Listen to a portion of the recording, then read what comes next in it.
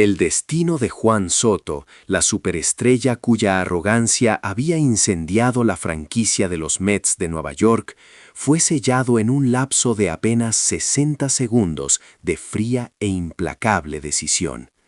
No hubo negociación, no hubo súplicas, solo una ejecución corporativa y logística, orquestada directamente por el dueño del equipo, un multimillonario conocido por su visión implacable y su aversión a que el drama personal interfiera con el negocio deportivo. La determinación de la gerencia fue calificada de extraordinaria, sin precedentes en la historia reciente de las grandes ligas. Despido inmediato, con retención de salarios no pagados, remoción instantánea del complejo del equipo, y una expulsión tan rápida que parecía una maniobra militar diseñada para neutralizar una amenaza inmediata. Los reportes internos hablaban de una purga, pero la humillación y el castigo no terminaron en las oficinas de Flushing. El comisionado de la MLB, alarmado por los informes internos de que Soto había provocado un conflicto grave dentro del vestuario, un altercado que trascendió lo verbal para amenazar la cohesión física y emocional del equipo, anunció una sanción aún más severa.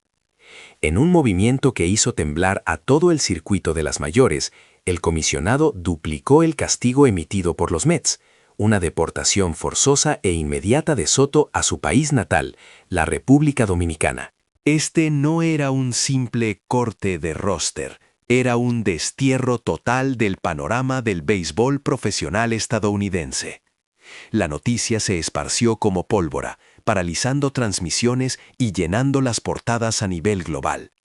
La comunidad del béisbol, desde los jardines de ligas menores hasta los pasillos de poder en Nueva York, se estremeció ante la magnitud y la rapidez de este castigo sin precedentes.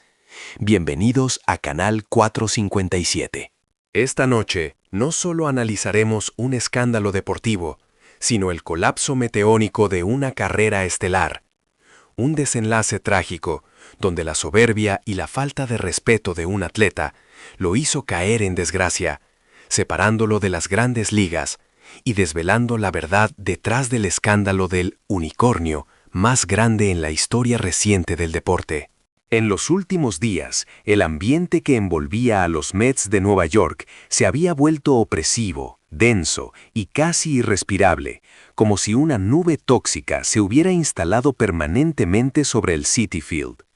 La tensión interna había escalado de manera dramática, alimentada por una implacable crisis mediática sin precedentes que hacía que la franquicia fuera un objeto de burla y escrutinio constante. Se convocaron reuniones de emergencia una tras otra en las oficinas de la directiva, donde abogados, ejecutivos y consultores de relaciones públicas debatían frenéticamente cómo contener el daño reputacional que se propagaba globalmente.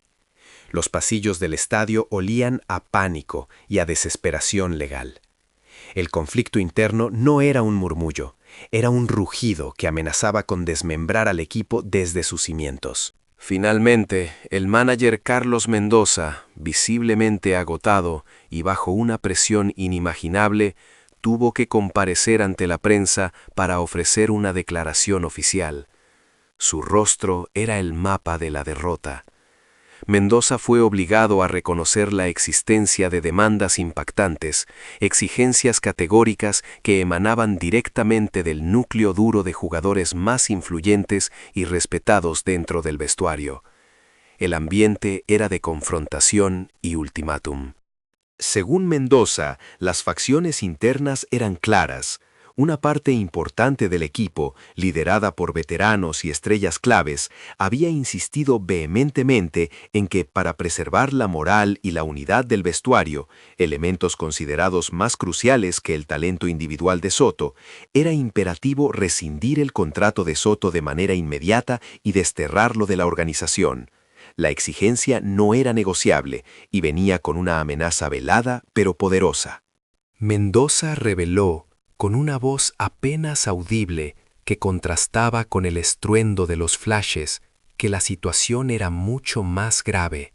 Había jugadores que habían insinuado claramente que si la gerencia no tomaba medidas draconianas y definitivas contra Soto, Se negarían a continuar jugando para los Mets.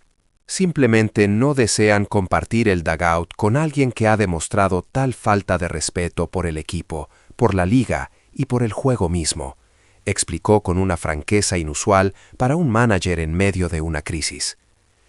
El dirigente no escatimó palabras al describir la gravedad del momento, calificándolo como la peor crisis que he enfrentado en toda mi carrera como dirigente. La presión que sienten los Mets en este momento es inmensa, colosal, algo que no hemos visto en años. Estamos operando en el filo de la navaja. La atmósfera en la sala de prensa se volvió casi tan tensa como la del propio vestuario. Cada gesto, cada palabra, cada susurro, tenía el potencial de encender una nueva hoguera de críticas. El vestuario, ese santuario de camaradería, se había transformado en un campo de minas emocional, donde la presencia misma de Soto era una provocación silenciosa para sus compañeros.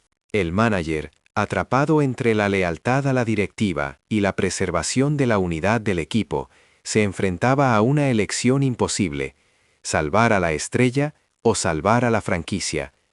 La gerencia de los Mets, que ya había invertido cientos de millones en Soto, se encontraba ahora en la posición de tener que reconocer que, en el béisbol moderno, el talento nunca sería suficiente si venía acompañado de un ego capaz de destruir el ecosistema interno. Los jugadores que exigían la salida de Soto entendían que la disciplina y el respeto mutuo eran cimientos innegociables. Esta crisis, originada por un solo comentario venenoso y lleno de envidia, no solo puso en peligro la temporada de los Mets, sino que amenazó con reescribir las reglas de lo que significa ser un profesional de élite en las grandes ligas. La pregunta que flotaba en el aire era simple y brutal. ¿Cuánto valía realmente el talento de un jugador cuando su arrogancia era capaz de destruir el tejido mismo del equipo? Y la respuesta ya se estaba escribiendo con la tinta fría de una orden de despido, una orden de deportación y la promesa de un vestuario vacío y silencioso. El aire que envolvía a los New York Mets en los últimos días se había vuelto insoportable, pesado y agobiante. La implosión interna no solo era un conflicto entre egos, sino una crisis de liderazgo que se intensificaba día a día, obligando a reuniones de emergencia incesantes para gestionar una debacle mediática sin precedentes. La tensión era tan palpable que el manager Carlos Mendoza, enfrentado a una situación límite, se vio obligado a presentarse ante la prensa, reconociendo a regañadientes que había recibido demandas chocante iraconianas de parte de un grupo de jugadores clave. Según Mendoza, las voces internas eran unánimes. Para restaurar por completo la moral del vestuario, el contrato de Soto debía ser rescindido de inmediato y el jugador exiliado del equipo. El manager reveló, con una franqueza inusual para un banquillo, que había estrellas que habían amenazado con no jugar más para los Mets si no se tomaban medidas contundentes contra Soto, calificando la situación como la peor crisis de su carrera directiva. Todo este pandemonium, esta grieta sísmica que amenazaba con tragarse a la franquicia, había comenzado con una simple palabra, un instante de arrogancia en la ceremonia del premio Momento Legendario. Este galardón, votado por los aficionados, fue a parar a manos de Shohei Ohtani por una actuación que los expertos describieron como inhumana en el juego 4 de la serie de campeonato, un partido en el que el fenómeno japonés había dominado como lanzador y bateador simultáneamente. Ohtani había trascendido la definición del pelotero de dos vías, pero Soto, incapaz de aceptar la magnitud de ese logro, se había despachado con una descarga de comentarios venenosos y despectivos, acusando a la MLB de favorecer a jugadores híbridos como Ohtani y sugiriendo que el premio no era más que una herramienta de mercadeo diseñada para expandir el mercado asiático. Peor aún, Soto había calificado abiertamente a Ohtani como un artilugio unicornio, fabricado intencionalmente por la liga, palabras que se esparcieron como pólvora y que, sumadas a la inminente y unánime elección de Ohtani como MVP, echaron más leña al fuego de la ira. La indignación mediática no tardó en ser igualada por la condena dentro del camerino de los Mets, donde las estrellas ya no toleraban la actitud errática del autoproclamado líder. Veteranos como Pete Alonso y Francisco Lindor, usualmente reservados, se habían enfrentado directamente a Soto, señalándolo como el responsable de la vergüenza que cubría al equipo. La ola de aislamiento fue instantánea. Reportes internos confirmaron que la mayoría de los jugadores borraron cualquier rastro de Soto de sus redes sociales, negándole incluso el saludo en el campo de entrenamiento. Forzado por la presión de los medios y la rebelión del vestuario, Mendoza anunció finalmente la decisión del equipo. Ya no podemos tenerlo como miembro. El salario que pagamos por él no se ajusta a la realidad que enfrentamos. Honestamente, este contrato fue demasiado apresurado, y lo lamento. El golpe final llegó cuando Soto fue colocado en la lista de transferibles. La realidad fue tan fría como el acero. A pesar de su innegable talento, ningún equipo lo quiso, ni una sola oferta. El mercado de las grandes ligas le dio la espalda, dictaminando que el riesgo de traer la toxicidad de Soto al vestuario superaba cualquier beneficio estadístico. El talento importaba, sí, pero la estabilidad importaba mucho más. En la oscuridad previa al amanecer, con su carrera desintegrada y su casillero vacío, Soto, desesperado, marcó un número. La llamada era para Shohei Ohtani, el mismo hombre al que había insultado públicamente, buscando una piedad que él nunca había ofrecido. Aunque el contenido de esa conversación privada nunca fue revelado, la respuesta de Ohtani fue un mensaje público que arrasó en las tendencias, alcanzando el número 1 inmediatamente. No fue una condena ni una defensa, sino una declaración filosófica sobre el béisbol. El béisbol se construye sobre el respeto mutuo. La unidad del equipo es más importante que la fama o las estadísticas individuales. Deseo sinceramente que el señor Soto aprenda de esta experiencia y encuentre pronto un lugar donde pueda volver a disfrutar del béisbol.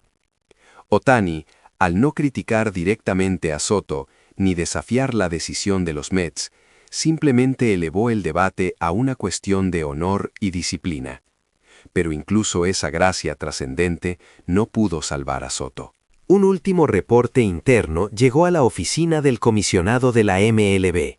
Tras el desalojo de su casillero, Soto había protagonizado un altercado violento con el personal del equipo. Esta nueva violación del código de conducta fue la sentencia de muerte definitiva. El comisionado anunció de inmediato la duplicación de la sanción, ordenando la deportación inmediata de Soto a la República Dominicana. El destino de Soto fue sellado en un minuto de arrogancia y una secuencia de actos imprudentes, demostrando la lección más cruel e innegable de las grandes ligas: el talento solo no basta. En la nueva era de la MLB, la grandeza no reside únicamente en hazañas sobrehumanas en el campo, sino en la humildad, el respeto hacia los compañeros y la integridad personal.